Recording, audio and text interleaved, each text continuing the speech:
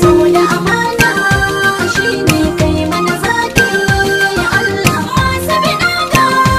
amsar mai ilimin soyayya. Wani zubin ma ni sai na ji kamar na daina, sai kuma in ji sai da shi ne zan iya kai sako da so da yake yi yadda muke masu gani sun raina mai masa gama ka daina don kuwa shi na gode.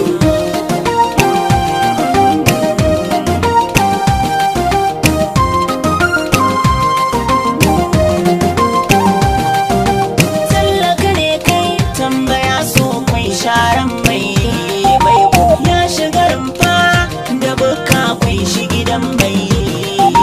kar kuma tsahar da malam kan iya fada tarkotun da ya je kan waɗannan to kuma kaiwa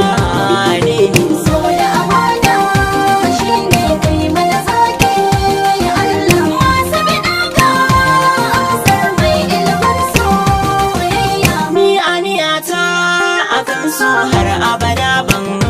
bar shi ko ya bakantan ruwa dai ne haka na zabe shi